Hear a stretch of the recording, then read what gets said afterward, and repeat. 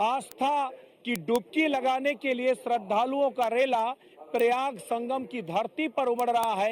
एक तरफ अखाड़े अपना अमृत स्नान कर रहे हैं तो दूसरी तरफ श्रद्धालुओं का रेला भी संगम तट की तरफ उमड़ रहा है और लाखों लाख श्रद्धालु संगम में डुबकी लगा रहे हैं। तो जबरदस्त तस्वीर इस वक्त पूरे प्रयाग संगम के क्षेत्र की देखने को मिल रही है। ये जो दिव्य, भव्य और डिजिटल महाकुंभ 2025 है, ये शानदार तरीके से आगे बढ़ता हुआ नजर आ रहा है। पहले पौष पूर्णिमा में करोड़ों श्रद्धालुओं ने आस्था की डुबकी लगाई और अब मकर संक्रांति में ये रिकॉर्ड टूटने जा रहा है। लगातार जो श्रद्धालुओं का रेला है वो संगम तट की ओर उमड़ रहा है। अखाड़े एक के बाद एक स्नान के लिए संगम तट पहुंच रहे हैं। तो जो सन्यासी अखाड़ों का जो स्नान है वो जारी है। सन्यासी अखाड़े एक एक करके स्नान के लिए संगम तट पर पहुंच रहे हैं और जो नागा सन्यासी हैं, जो सालों से गंगा स्नान की चाह में, संगम में डुबकी लगाने की चाह में बैठे हुए थे, वो आज अपनी इस मनवांछित मुराद को पूरी कर रहे हैं। वो गंगा मैया में, वो संगम में जमकर डुबकी लगा रहे हैं। तो आस्था की ये डुबकी की महा कवरेज न्यूज़ वन इंडिया पर लगातार जारी है। हम एक एक तस्वीर दिखा रहे हैं कि आखिर किस तरीके से जो नागा सन्यासी हैं वो किस तरीके से नागा सन्यासी संगम में डुबकी लगा रहे हैं, उनके लिए किस तरह के इंतजामात किए गए। प्रशासन के एक जो बड़ा चैलेंज था वो अभी तक कहीं ना कहीं पूरा होता हुआ दिखाई दे रहा है। तो ये जो तस्वीरें हैं ये बयां कर रही हैं कि प्रशासन के पास कितनी बड़ी चुनौती थी और उसे काफी हद तक पूरा करते हुए प्रशासनिक मशीनरी दिखाई दे रही है। हमारे संवाददाता मोहसिन खान हमारे साथ मौजूद हैं, उनसे भी बात करेंगे। मोहसिन, ये जो आस्था की डुबकी है, आस्था का महाकुंभ है, वो लगातार जारी है, क्या तस्वीर दिख रही है आपकी तरफ से? देखिए ब्रजेश जी, मैं जब से इस आस्था के पथ पर हूँ, मैं इसे आस्था का पथ इसलिए कह रहा हूँ क्योंकि यहाँ भक्ति की शक्ति का जो सैलाब है वो इस कदर उमड़कर सामने आ रहा है कि जिसकी कल्पना भी नहीं जा रही थी। अब आप खुद ही देख लीजिए कि अब तक जो है 2 से 3 करोड़ श्रद्धालु जो है आस्था की डुबकी लगा चुके हैं और 45 दिन तक ये महाकुंभ चल रहा है। तो उस 45 दिन के भीतर जो 40 करोड़ की संभावना है, मुझे लगता है कि ये 40 करोड़ का आंकड़ा भी पार हो जाएगा। तस्वीरें मैं यहाँ से सीधा आपको दिखा देता हूँ कि कितनी विहंगम तस्वीरें हैं और कितना अलौकिक यहाँ का दृश्य है कि जो यहाँ पर श्रद्धालु पहुँच रहे हैं और श्रद्धालुओं के पहुँचने का सिलसिला यहाँ पर लगातार जारी है। हम श्रद्धालुओं से बात भी करेंगे। पहले मैं थोड़ी सी तस्वीरें आपको दिखा देता हूँ कि ये 14 रतन काठा द्वार जो सीधा जाकर अखाड़ा क्षेत्र में मिलता है और उस अखाड़ा क्षेत्र में जहाँ पर सामान्य घाट बनाए गए हैं वहाँ पर गंगा स्नान करने के बाद श्रद्धालु अब अपने गंतव्य की तरफ बढ़ रहे हैं। कुछ श्रद्धालु हमारे साथ मौजूद है, उनसे बात करते हैं। आप कहाँ से आए हैं? भैया, हम अयोध्या जिला से आए हैं। अयोध्या जिला से आए हैं। अयोध्या से श्री राम जी की नगरी से आए हैं। हाँ, श्री राम जी की नगरी से आए हैं। बोलो जय श्री राम। जय श्री राम। अच्छा, वहाँ तो जो है रामलीला का मंदिर बन गया, भव्य दिव्य मंदिर बन गया। ये महाकुंभ आपको कितना भव्य दिव्य दिखाई दे रहा? बहुत भव्य, मैंने जीवन में पहली बार ऐसा सब देखा है जी। बहुत अच्छा लग रहा है ये मुझे देखते हुए। हर हर महादेव। आपको कैसा लगा महाकुंभ? बहुत अच्छा लगा। अभी अयोध्या से तो जब रामलीला की है, बोलो जय श्री राम। एक ही नारा, एक ही नाम, जय श्री राम, जय श्री राम। एक ही नारा, एक ही नाम, जय श्री राम। मध्य प्रदेश से हैं। न्यूज़ चैनल का बहुत बहुत धन्यवाद साहब, इंडिया न्यूज़ चैनल में। और ये बताइए, ये न्यूज़ वन इंडिया चैनल लगातार अपने दर्शकों को पहुंचा रहा है ये तमाम तस्वीरें, ये महाकुंभ आपको कितना दिव्य और भव्य दिखाई दे रहा है? बहुत बढ़िया, बहुत अच्छा। और यहाँ एक मेरी 2 पंक्तियाँ हैं थोड़ी इसमें। सुनाइए सुनाइए। मोदी है तो मुमकिन है और योगी है तो सुकून है। उत्तर प्रदेश में जब से योगी की सरकार बनी और यहाँ की व्यवस्था देखते हुए जो 144 साल में जो कुंभ मिला है, इस पब्लिक को दर्शन करने के लिए, संगम में स्नान करने के लिए हम सब लोगों के लिए बहुत बड़ी सौभाग्य की बात है कि मोदी और योगी के युग में ये सुकून और ये वातावरण, ये स्वच्छता अभियान बहुत अच्छा सुकून है। और इसी में एक संघ की 2 पंक्तियां हैं, मैंने उस पंक्तियों में 2 पंक्तियां मिलाई हैं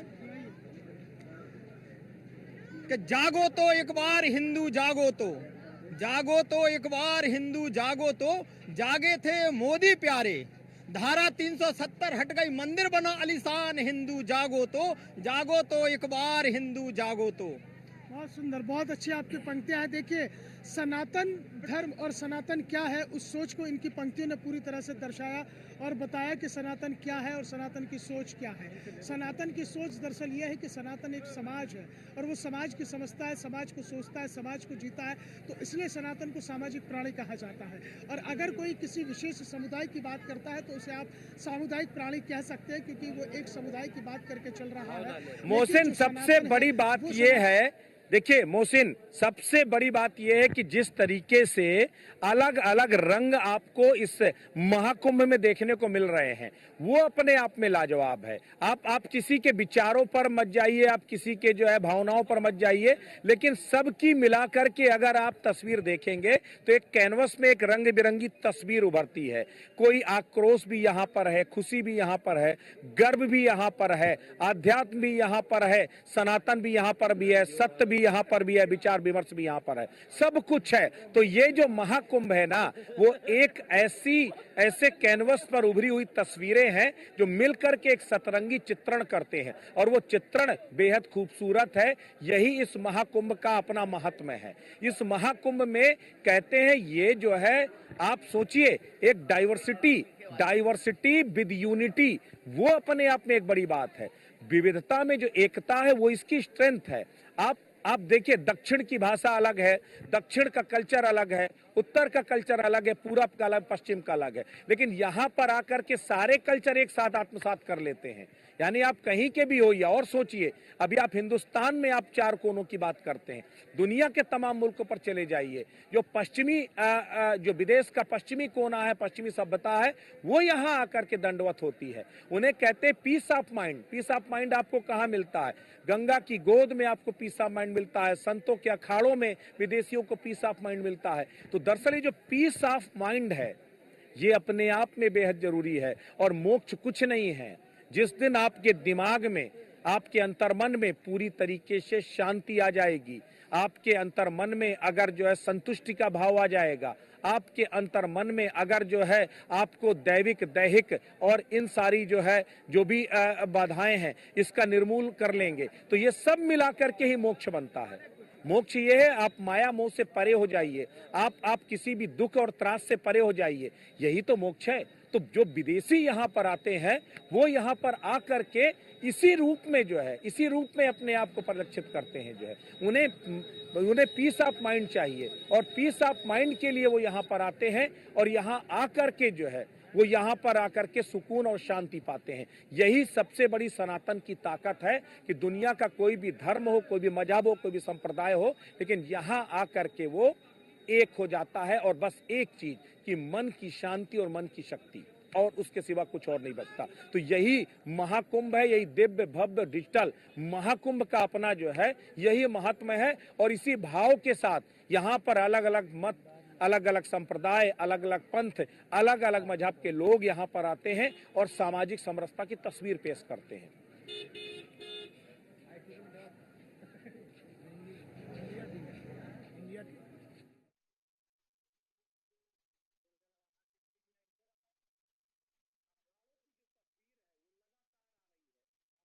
देखिए, बिल्कुल ब्रजेश जी, आपने सही कहा है कि ये जो आस्था के रंग है यही वो भक्ति की शक्ति है जो एक ऐसा ये योग परिलक्षित करती है जिसमें हम कह सकते हैं कि आस्था जो है वो सुविधाओं की मोहताज नहीं होती है।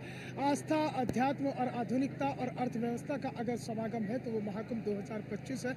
और इसी महाकुंभ की जो अलग अलग भव्य तस्वीरें हैं वो न्यूज़ 1 इंडिया की मेगा कवरेज में आप तक लगातार पहुँच रही हैं। अलग अलग रंग है, सबकी अलग अलग भाषा हो सकती है, लेकिन सभी का जो एक मूल भाव है वो मूल भाव यही है कि संत और सनातन जो सर्वोपरि और शिरोमणि है वही सब कुछ है और वही उस ताकत का एहसास कराते हैं, वही उस शक्ति का भी एहसास कराते हैं। दरअसल बात यह है कि जैसा आप जिक्र कर रहे थे कि विदेश से जो श्रद्धालु यहाँ पर आते हैं वो पीस ऑफ माइंड के लिए यहाँ पर आते हैं। दरअसल अगर मन और मस्तिष्क की शांति अगर कहीं है तो वो इसी तरह के अध्यात्म की नगरी में है, इसी तरह के धार्मिक आयोजनों में है। और यहाँ पर लगातार जो श्रद्धालुओं के पहुँचने का सिलसिला है वो लगातार आगे बढ़ता जा रहा है। लगातार जो श्रद्धालुओं का सैलाब है वो उमड़ता जा रहा है इस प्रयागराज की तीर्थराज नगरी में। और जो आस्था में की डुबकी यहाँ पर लगा रहे हैं, अब तक करोड़ों श्रद्धालु आस्था की डुबकी माँ गंगा में लगा चुके हैं। गंगा मैया का जयकारा लगाते हुए जो श्रद्धालु हैं वो अपने गंतव्य की तरफ बढ़ रहे हैं। एक साइड से श्रद्धालुओं के आने का सिलसिला चला जारी है, तो दूसरी साइड से जो है गंगा जी से जो स्नान करने के बाद यहाँ पर जा रहे हैं। देखेंगे कि एक युवा है, इधर आए आप, इधर आए आप, जिस आप सनातन का झंडा बुलंद किए हुए हैं, ये युवा भी है।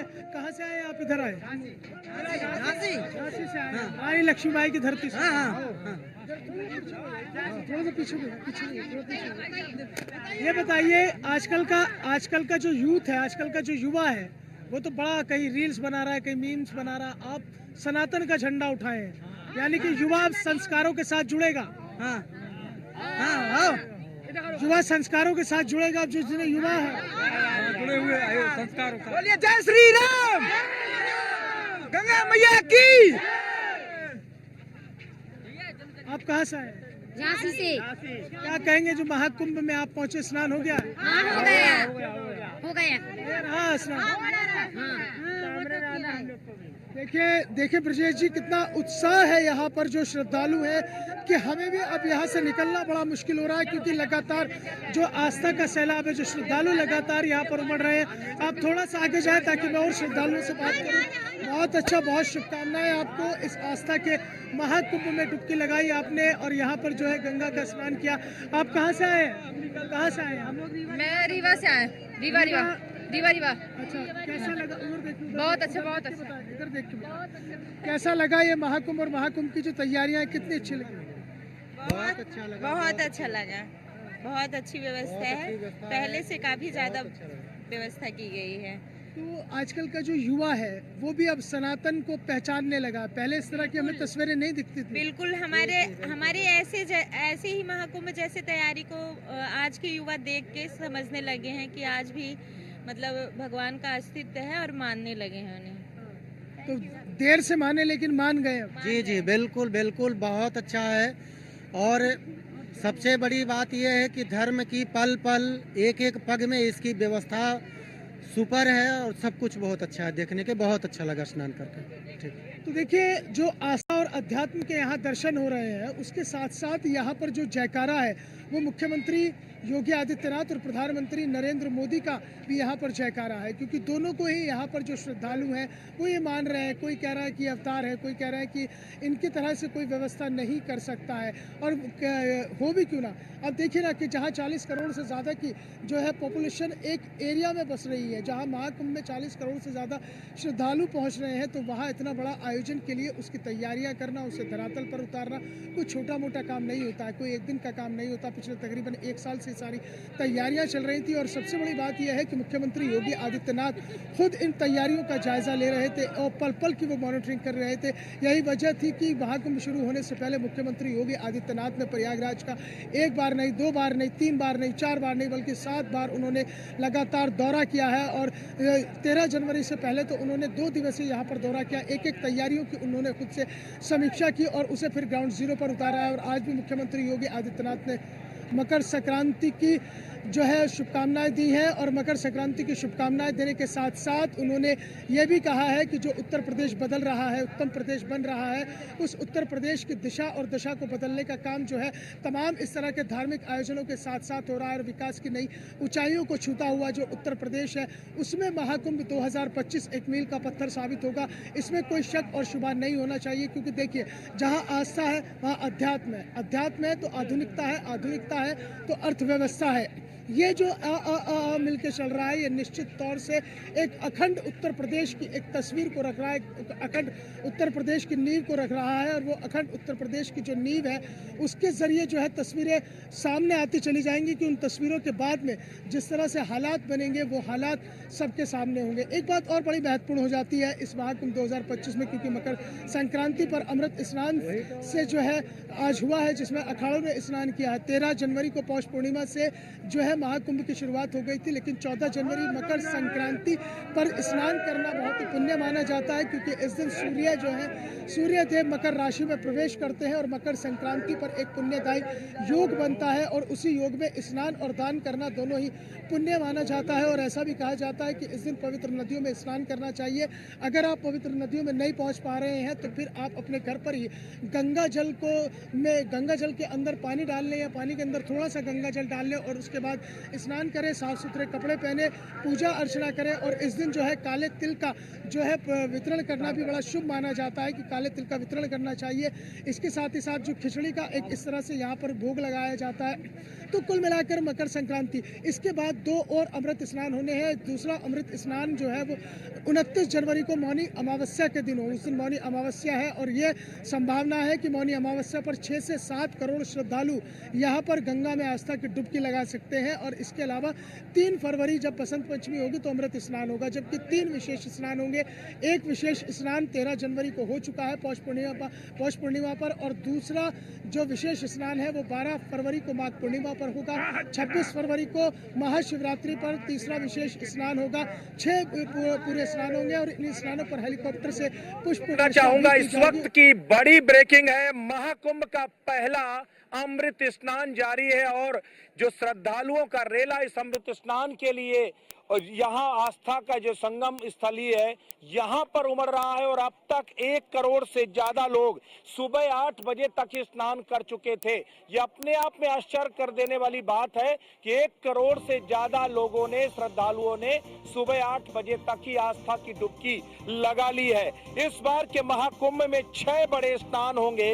144 सालों बाद महाकुंभ के लिए दुर्लभ शुभ संयोग बन रहा है और इसमें 1 करोड़ से ज्यादा श्रद्धालुओं ने सुबह 8 बजे तक ही आस्था की डुबकी लगा ली थी। तो महाकुंभ का पहला अमृत स्नान जारी है और आस्था का सैलाब उमड़ रहा है। तो सबसे बड़ी खबर, सुबह 8 बजे तक 1 करोड़ लोगों ने स्नान किया है। तो इस वक्त की सबसे बड़ी खबर, बड़ी ब्रेकिंग इस वक्त प्रयागराज महाकुंभ क्षेत्र से कि 1 करोड़ से ज्यादा लोगों ने सुबह 8 बजे तक ही महाकुंभ में आस्था की डुबकी लगाई है। तो ये सबसे बड़ी खबर। तो लगातार जो आस्था का सैलाब है वो उमड़ रहा है।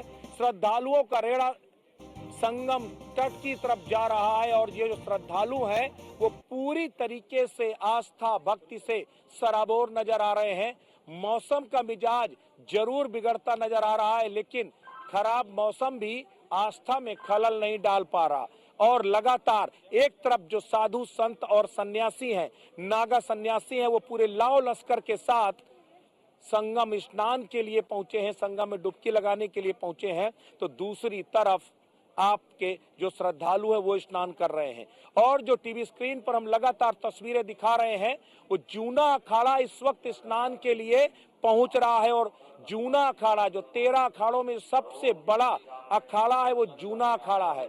जूना अखाड़ा में कहते हैं 50 लाख से भी ज्यादा आपको वहां पर साधु संत और सन्यासी मिलेंगे।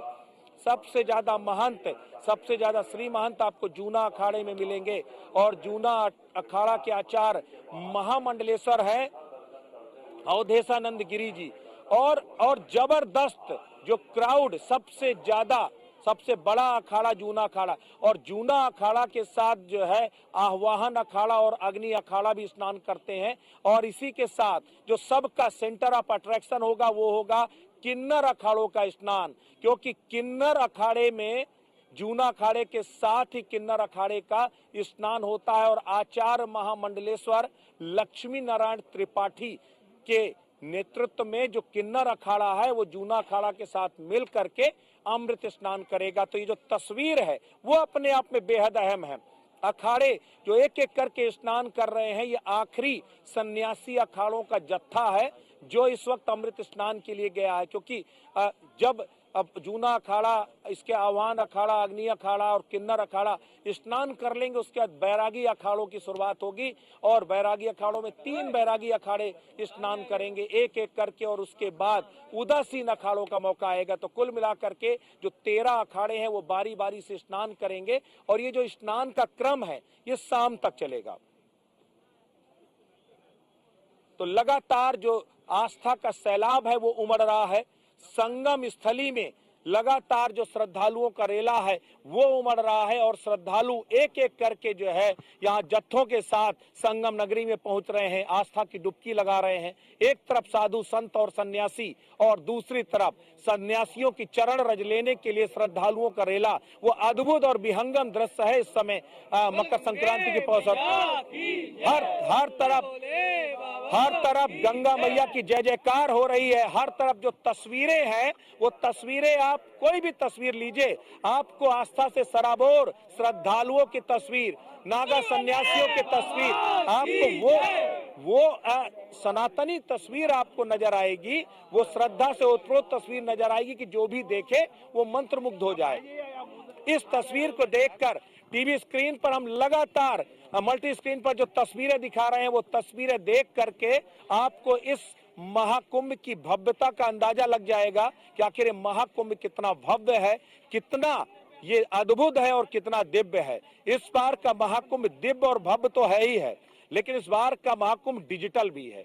डिजिटल इसलिए भी है क्योंकि ये पहली बार है जब इस महाकुंभ में आर्टिफिशियल इंटेलिजेंस का प्रयोग जबरदस्त तरीके से किया गया है। वो फिर चाहे खोया पाया केंद्र हो, वो फिर चाहे कम्युनिकेशन लैंग्वेज की बात करें, वो फिर चाहे सिक्योरिटी के लिए आर्टिफिशियल इंटेलिजेंस के जरिए सिक्योरिटी फीचर्स के प्रयोग की बात करें, या फिर ट्रांसपोर्टेशन के लिए आप अपने मोबाइल पर जो है आप अपने ट्रांसपोर्ट की स्थिति देख सकते हैं, आप अपनी जो बसों को ट्रैक कर सकते हैं, आप इस समय आपको कहां पर जो है आपको गाड़ी पार्क करनी है, कहां से कितने किलोमीटर पैदल आना है, रास्ते में आपको क्या साधन मिलेगा, एवरीथिंग सब कुछ आपको डिजिटल है।